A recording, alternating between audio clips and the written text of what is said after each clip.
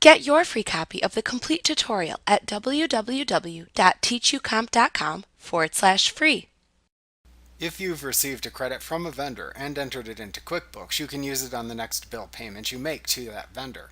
You can manually take this credit as you pay the next bill in the Pay Bills window if you do not have QuickBooks set up to automatically apply discounts and credits.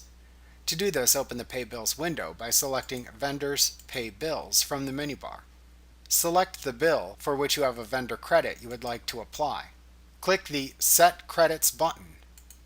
QuickBooks then displays the Discount and Credits window and shows the Credits tab where the amount of the credit will be displayed. You can select how much of the available vendor credit to use by typing it into the Amount to Use column if you only want to use a portion of the credit. Next, select the Done button to close the Discount and Credits window. From this point, just enter the rest of the bill payment information as normal to finish paying the remainder of the bill.